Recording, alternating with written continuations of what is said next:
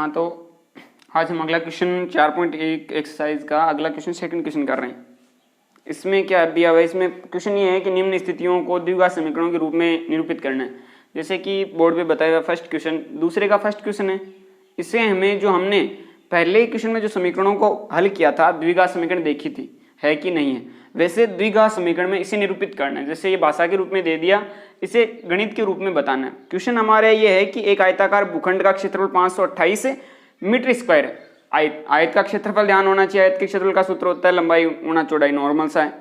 क्षेत्र की, अब देखो यहां से क्वेश्चन चेंज होगा कि क्षेत्र की लंबाई वो क्या है, चौड़ाई के दोगुने से अधिक है। यानी कि लंबाई चौड़ाई जितनी है लंबाई उसके दोगुने से एक अधिक, दोगुना और उससे एक अधिक। तो हम यहां पर क्या करेंगे, हम इस क्वेश्चन में हल में ये करेंगे कि हम सबसे पहले मानते हैं, माना कि चौड़ाई है वो अक्स है, चौड़ाई अक्स मीटर है, तो लंबाई ऑटोमेटिक होगी। लंबाई क्या होगी, लंबाई हमारी इस क्वेश्चन में दे रखा है कि क्षेत्र की लंबाई है वो चौड़ाई के दोगुने से देख, चौड़ाई जितनी है उसका दोगुना करो, तो चौड़ाई का दोगुना तो 2 अक्स हो गया, अक्स थी दोगुना 2 अक्स हो गया, प्लस एक उससे एक अधिक और है, तो ये तो आ गई लंबाई और ये आ गई चौड़ाई। बस अब इसमें हमें आगे क्या करना है, आगे इसका आयताकार भूखंड का क्षेत्रफल दे रखा है, तो आयत का क्षेत्रफल का फॉर्मूला क्या होता है भाई,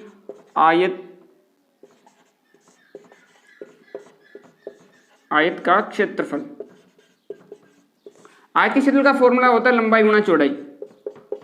हमारे पास लंबाई और चौड़ाई दोनों है, ये चौड़ाई है ये लंबाई है, और आयत का क्षेत्रफल हमें 528 मीटर स्क्वायर दे रखा है, तो वही फॉर्मूला यूज करो। 528 क्षेत्रफल हमें पता है, लंबाई है 2x + 1 कोष्टक, फिर अक्स, चौड़ाई अक्स है हमारे पास, तो मल्टीप्लाई में क्या आ गया अक्स। अब देखो वही इक्वेशन है जो फर्स्ट क्वेश्चन में की थी ना, वही होगा। इससे क्या होगा, ये द्विघात समीकरण बन जाएगी। अक्स को अंदर मल्टीप्लाई करेंगे, फिर जो आएगा उसे सरल कर लेंगे। जैसे कि इधर 528 ऐसे कैसे हैं, इक्वल में क्या होगा, ये अक्स है अंदर मल्टीप्लाई होगा 2x से, तो ये आ गया 2x²। अक्स और अक्स मल्टीप्लाई हो गया होगा x², और 2 ऐसा का ऐसा रहेगा। ऐसे ही अक्स को 1 से मल्टीप्लाई करना है तो आएगा अक्स। अगर यदि 1 को किसी भी संख्या से मल्टीप्लाई कर लो, 1 को चाहे कोई भी बड़ी से बड़ी या छोटी से छोटी कोई भी संख्या से मल्टीप्लाई करो, वापस वही संख्या आती है, जिससे मल्टीप्लाई कर रहे हैं वही संख्या आ रही है। तो यहाँ अक्स को 1 से मल्टीप्लाई कर रहे हैं तो यहाँ पे क्या आ रहा है, अक्स ही आ रहा है। अब क्या करना है, चाहे इसको पूरे को उधर ले जाओ या इसको सारे को इधर लेके आओ। हम इसको इधर लेके आ रहे हैं, तो ये 2x² है, प्लस का इधर आकर किस में होगा, माइनस में, और ये अक्स भी प्लस का इधर आकर दोनों क्या किस में होंगे, माइनस में हो जाएंगे। तो आएगा 528 - 2x² माइनस अक्स इक्वल में क्या रहा, 0। अब ये अचर पद है, हमारे समीकरण का फॉर्मेट ये था कि भाई ax² + bx और प्लस c, यानी इसी फॉर्मेट से हमारा समीकरण होना चाहिए, लेकिन हमारा इस फॉर्मेट से नहीं है, क्योंकि c तो ये यहाँ पे आ गया, ax² यहाँ पे और ये bx यहाँ पे, तो हमें c को बाद में ले जाना है। तो ये तो -2x² माइनस अक्स और ये 528, ये प्लस 528 ये बाद में, ये समीकरण के फॉर्मेट के अनुसार इसे लिख रहे हैं। ये 528 आ गया। अब इसमें थोड़ा सा और अलग है, अब हम इतना तो कर लेते हैं, लेकिन इसमें क्या होगा कि उत्तर नहीं मिलेगा, तो उत्तर नहीं मिलेगा तो इसमें थोड़ा सा अलग करना है। ये चिन्ह है, चिन्ह चेंज करो सारों की, पूरी समीकरण के चिन्ह एक साथ चेंज कर सकते हैं।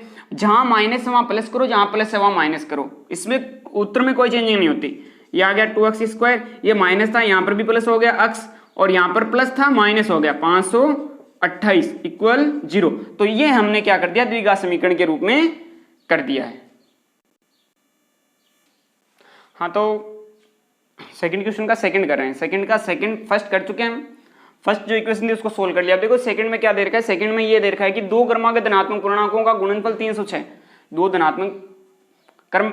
क्रमागत धनात्मक पूर्णांक होते हैं 1 2 3 4 5 6 7 8 9, ये धनात्मक पूर्णांक क्रमागत यानी कंटिन्यू 1 2 3 4 कंटिन्यू आ रहे हैं। तो 3 के बाद में 4 आएगा, 4 के बाद में 5 आएगा। अगर 3 से में 4 निकालना तो 3 में 1 ऐड करेंगे, 4 आएगा। 4 से 5 निकालना तो 4 में भी 1 ऐड करेंगे, 5 से निकालना तो 5 में 1, यानी अगली संख्या निकालने के लिए हमें सब में क्या करना है, 1 ऐड करना है, ये करना होगा। तो अब देखो इसमें आगे क्या करना है कि मान लो कि माना कि जो फर्स्ट धनात्मक पूर्णांक है, मानना पड़ेगा कि माना प्रथम धनात्मक पूर्णांक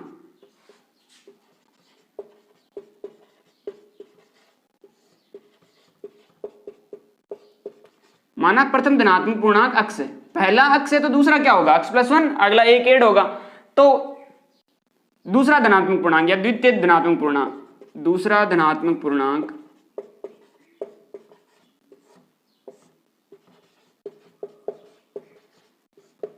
दूसरा अक्स प्लस 1 होगा, पहला अक्स हो गया दूसरा अक्स प्लस 1। अब देखो ये दोनों धनात्मक पूर्णांक हमारे पास है, एक तो अक्स है एक अक्स प्लस 1 है। अब इन दोनों का मल्टीप्लाई 306 ये हमें बोल रहा है, तो ठीक है अब करो अक्स मल्टीप्लाई अक्स प्लस 1 इक्वल में क्या आएगा 306। अब अक्स को अक्स से मल्टीप्लाई करेंगे तो अक्स स्क्वायर आ गया, अक्स को 1 से मल्टीप्लाई करेंगे तो अक्स आ गया इक्वल 306। अब ये जो 306 इधर आकर किस में होंगे माइनस में हो जाएंगे, x square plus x minus 306 equal 0। ये लो जी द्विघात समीकरण के रूप में हो गया। ये हमारा क्वेश्चन 16 सेकंड। अब देखते हैं आगे वाला थर्ड। हाँ तो सेकंड क्वेश्चन के 2 क्वेश्चन कर लिए पहले, कोई समझ में ना आए तो पूछ सकता है, कोई दिक्कत नहीं। अब इसका थर्ड क्वेश्चन देखो, थर्ड वो 2 आसान थे, ये थोड़ा टफ है, ज़्यादा नहीं है थोड़ा टफ है। कि रोहन की माँ है वो उससे 26 वर्ष बड़ी है, ये ध्यान रखना मोहन की माँ की खुद की आयु नहीं है ये, वो उससे 26 वर्ष बड़ी है, यानी रोहन की जितनी है उससे 26 वर्ष बड़ी है। मान लो कि रोहन की आयु 5 वर्ष है तो उसकी माँ की आयु यहाँ 31 वर्ष होगी, यानी कि 5 साल बड़ी, जितनी रोहन की आयु उससे 26 साल बड़ी है। ठीक है, उनकी आयु का गुणनफल अब से 3 वर्ष पश्चात, दोनों की आयु के बारे में बात कर रहे हैं कि दोनों की आयु 3 साल बाद में कितनी हो जाएगी 360 हो जाएगी, दोनों की आयु का गुणनफल 360 हो जाएगा। तो अब हमें रोहन की वर्तमान आयु पता करनी। तो सबसे पहले हम मानते हैं कि रोहन की जो वर्तमान आयु वो x वर्ष है। माना रोहन की वर्तमान आयु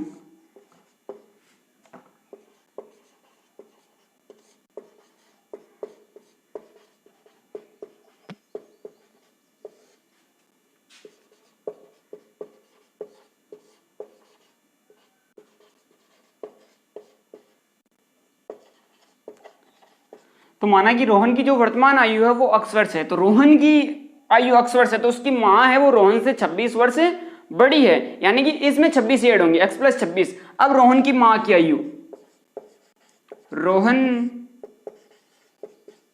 की माँ की आयु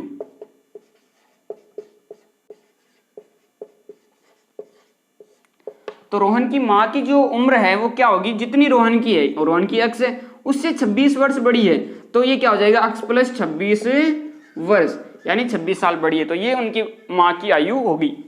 ये दोनों की वर्तमान आयु है, लेकिन इन्होंने क्वेश्चन में क्या है कहा है कि 3 वर्ष पश्चात की बात कर रहे हैं। तो चलो ठीक है, दोनों की 3 वर्ष पश्चात की बात करते हैं। तो 3 वर्ष पश्चात,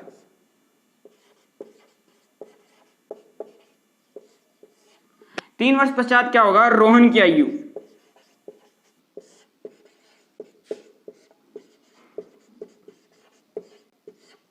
रोहन की आयु 3 साल बाद, 3 साल बड़ा हो जाएगा, आज 5 साल है तो 5 साल 3 साल बाद बात करेंगे तो वो 8 साल का हो जाएगा, यानी 5 में 3 ऐड करेंगे। वैसे ही अक्स है तो अक्स में 3 ऐड कर देंगे, अक्स प्लस 3 वर्ष, ये इसकी कितनी साल बाद होगी 3 वर्ष बाद क्या होगी ये आयु होगी रोहन की। अब ऐसे ही रोहन की माँ की आयु पता करनी है, तो रोहन की माँ की आयु भी ऐसी जितनी है उसे 3 प्लस होगा, रोहन की माँ की आयु x प्लस 26 तो पहले थी, प्लस इसमें 3 ऐड और हो जाएंगे, ये इतने वर्ष से रोहन की माँ की आयु हो गई। तो ये कितनी होगी x प्लस 29 29, x प्लस 29 वर्ष से ये रोहन की माँ की आयु होगी। अब यहाँ पे ये कह रहे हैं 3 वर्ष पश्चात, यानी 3 वर्ष पश्चात ही हम दोनों की उम्र निकाल ली।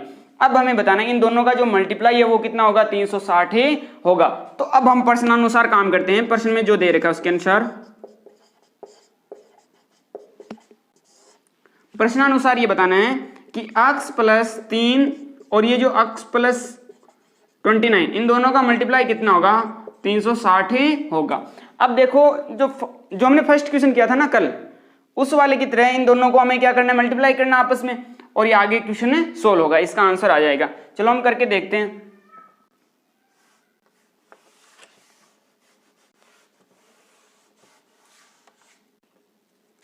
यहीं से स्टार्ट कर लेते हैं। पहले x को इससे मल्टीप्लाई करेंगे और इससे भी, तो x को x से मल्टीप्लाई करेंगे तो x स्क्वायर, फिर x को 29 से मल्टीप्लाई करेंगे तो 29x, फिर 3 को x से मल्टीप्लाई करेंगे तो 3x, और 3 को 29 से मल्टीप्लाई करेंगे तो कितना होगा 9 3 जा 27, 7 2 3 2 जा 6, ये 29 3 87 और ये इक्वल में रहेगा 360 360। अब यहाँ पे ये जो 29 अक्स और 3 अक्स है ये दोनों ऐड हो जाएंगे साथ में, 29 अक्स और 3 अक्स। तो अब ये जो नीचे वाला स्टेप है ये हम ऊपर ले रहे हैं, इसे ऊपर से स्टार्ट कर रहे हैं। तो ये आ गया अक्स स्क्वायर प्लस 29 और ये जो 3 है ये हो गए 32 यानी 32 हो गए, 29 और 3 32 हो गए, ये आ गए 32 अक्स और ये 87 यानी 87 इधर हैं, इधर थे पहले से। ये 360 इनको इधर लेके आओ, माइनस के हो जाएंगे, माइनस 360 इक्वल 0, उधर 0 रहा। अब देखो 87 में से 360 नहीं घटा सकते तो 360 में से 87 घटाएंगे, उस वक्त जो हमारा आंसर आएगा वो माइनस में आएगा। ये तो ऐसा कैसा रहेगा, अक्स स्क्वायर प्लस 32 अक्स, यहाँ पे आंसर माइनस में आएगा। 0 में से 7 3 और ये हो गया 15, 15 में से 8 निकालेंगे 7 और यहाँ पे 2 यानी 273 इक्वल में क्या रहा 0। ये हमारे दी गया समीकरण यहाँ पे बन गई, इसी में एक्सप्लेन करना था ये हमारा। हाँ तो 3 क्वेश्चन कर चुके हैं। पहले चौथा क्वेश्चन हमारा स्टार्ट है कि एक रेलगाड़ी है वो 480 किलोमीटर की दूरी समान चाल से तय कर रही है, यानी 480 किलोमीटर दूरी वो परमानेंट तय करती है, वही तय कर रही है और उसकी चाल है वो क्या है 8 किलोमीटर प्रति घंटा कम होती है, चाल उसकी 8 किलोमीटर प्रति घंटा कम हो चुकी है और उसी दूरी को तय करने यानी 480 किलोमीटर दूरी तय करने में पहले जितना समय ले रही थी ना उससे 3 घंटे ज़्यादा, यानी कि भाई चाल किसी की भी चाल कम होती है तो टाइम तो ज़्यादा लगेगा ही, वो तो स्वाभाविक है, 3 घंटे अधिक है।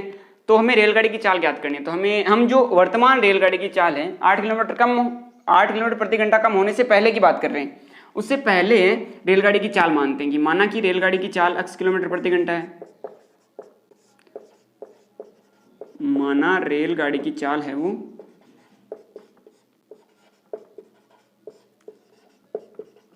80 किलोमीटर प्रति घंटा है, ये रेलगाड़ी की चाल है हमारे यहाँ।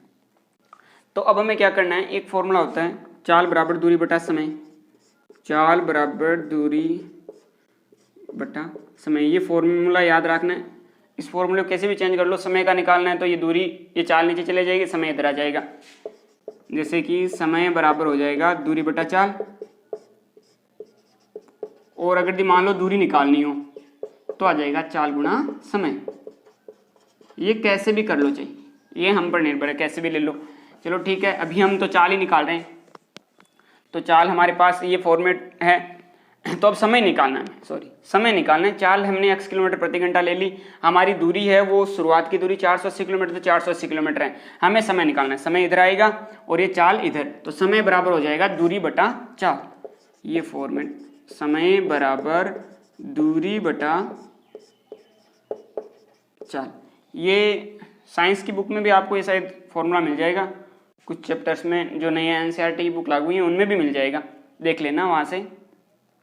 समय बराबर दूरी बटा चाल, समय निकालना है तो दूरी हमारी 480 किलोमीटर है, चाल हमने मान ली 80 किलोमीटर, हमें पता नहीं था भाई, पता नहीं था, मान लिया 80 किलोमीटर, तो ये हमारा समय होगा फिलहाल का कि ये जो समय जो वर्तमान वो जो समान चाल से तय करी थी ना उस वक्त का समय है 480 बटा 80 घंटे। अब हमें क्या करना है, इसकी क्या निकालनी है, ये समय आ गया, दूरी हमारे पास है, चाल है, लेकिन अब हमें पता करना है 8 किलोमीटर प्रति घंटा चाल कम हो रही है, उसके बाद की बात करेंगे, ये पहले की बात थी, अब उसके बाद की बात कर रहे हैं कि भाई चाल कम होगी, तो चाल है वो कम होने पर, चाल कम होने पर, तो जो पहले चाल थी वो तो 80 किलोमीटर थी, अब चाल कम हो गई तो उस वक्त चाल कितनी रहेगी, पहले अक्स थी तो अक्स से 8 कम होगी, अक्स से 8 कम हो गई, तो ये आ गया अक्स माइनस 8 किलोमीटर प्रति आवर। और समय, अब देखो समय 3 घंटे ज्यादा लग रहा है, पहले इतना लग रहा था, इससे 3 घंटे ज्यादा ले लो, तो ये आ गया 480 बटा अक्स प्लस 3, ये लो जी, ये आ गया समय इतने घंटे ज्यादा ले लिया। अब हमें क्या निकालना है, दूरी निकालनी है, वही फॉर्मेट यूज में लेना है, दूरी बराबर चाल गुणा समय का, तो आएगा दूरी बराबर चाल गुणा समय। तो दूरी तो भाई वही तय करेगी, चाहे चाल कम हो चाहे ज्यादा हो, दूरी तो इसे इतनी तय करनी है, तो 480 किलोमीटर की दूरी तय करनी है, तो ये लो जी 480 किलोमीटर। चाल कम होगी ना, अक्स माइनस 8 किलोमीटर कम हो गई पहले से, तो अक्स माइनस 8 किलोमीटर हो गई। और समय कितना ले रही है, 3 घंटे ज्यादा, पहले 480 बटा अक्स ले रही थी, अब 3 घंटे ज्यादा ले रही है, तो ये आ गया 480 बटा अक्स प्लस 3 घंटे ज्यादा आ गया। अब इसे सरल करना, ये तो हमने जो भाषा की बात थी वो कर ली, अब ये गणित के रूप में इसे सरल करना है, साहब हल करना है। तो भाई अगर दी मान लो यहाँ पे हम एलसीएम वगैरह लेंगे, इससे आसान है, अगर दी एक ही संख्या दी हो, नीचे कोई संख्या ना दी हुई हो और इन दोनों को ऐड करना हो, तो ध्यान रखना एलसीएम लेने से अच्छा हो कि हम सीधा इसको शॉर्ट के रूप में शॉर्ट ट्रिक के रूप में इससे सीधा मल्टीप्लाई करो, अक्स को 3 से मल्टीप्लाई कर लेते हैं। ये तो 480 ऐसे कैसे आएंगे ये स्टेप, तो 480 इक्वल अक्स माइनस 8। इसमें क्या होगा, ये अक्स को 3, ये अक्स तो नीचे ऐसा कैसा रख दो और ये अक्स को 3 से मल्टीप्लाई कर दो, बाकी ऐसा कैसा, ये 480 ये आ गया 3x, ये लो जी, ये सीधा इससे मल्टीप्लाई कर दो, बाकी है वैसा का वैसा लिख दो, कोई दिक्कत नहीं। अब ये अक्स है, ये इस राइट जो लेफ्ट हैंड साइड है उसमें सब सारे के क्या है, डिवाइड में है, तो इधर आकर मल्टीप्लाई में होगा, इस 480 के मल्टीप्लाई में होगा, तो आ गया 480 मल्टीप्लाई अक्स इक्वल में क्या रहा, अक्स माइनस 8 और 480 प्लस 3x, ये हमारा अब रहा।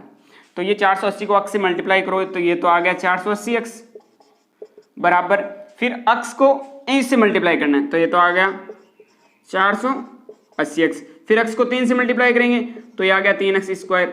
अब -8 को 480 से मल्टीप्लाई करना है, यानी इस फॉर्म हमारा जो मेन आंसर तो माइनस में आएगा, और इसको मल्टीप्लाई करेंगे तो कितना आएगा 6830, यानी 3860 है, ये हमारा आंसर आएगा। फिर 8 को 3 से मल्टीप्लाई और करना है तो ये आ गया माइनस का 24 अक्स, 3860 माइनस 24 अक्स।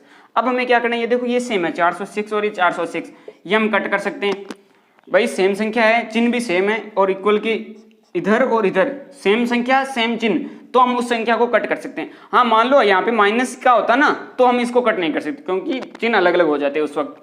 अब ये तो पूरा हो गया, इधर क्या रहेगा 0, इधर क्या बचा 3x स्क्वायर, 24 अक्स को पहले लिख देते हैं 24 अक्स और माइनस 3860। अब ये सारा इसका पक्षांतरण कर लो इस पूरे समीकरण का, यानी कि इसको इधर लेके आ जाते हैं, 0 को उधर लेके चले जाते हैं, तो 3x स्क्वायर माइनस 24 अक्स माइनस 3860 इक्वल में क्या रहा 0। अब ये हमारा वैसे तो समीकरण सॉल्व हो गई, लेकिन मेन आंसर जो बुक में आंसर दिया हुआ है वो आंसर मैच नहीं करेगा, तो आंसर मैच नहीं करेगा तो क्या करें, तो इसमें क्या करना है कॉमन लेना है, यानी समीकरण में अगर दी कोई ऐसी संख्या हो जो सब में कॉमन ले सकते हैं तो उसे कॉमन ले लेना चाहिए। तो 3 को सब में से कॉमन ले सकते हैं, तो 3 इसमें से 3 निकालेंगे एक्स स्क्वायर बचेगा। अब भाई इसमें तो 3 था, इसमें 3 कहीं दिख ही नहीं रहा तो कॉमन कैसे लेंगे, इसका कॉमन लेने का मतलब ये होता है कि इसको डिवाइड करो, यहाँ वाली संख्या है उसको 3 से डिवाइड करो, जो संख्या बाहर ले रहे हैं ना उससे, तो 3 से 24 को डिवाइड करेंगे तो कितनी बार होगा 8 बार होगा, ये आ गया 8x, और इसको भी 3 से डिवाइड करेंगे तो 1 और ये हो जाएगा 2, सॉरी हाँ जी 1,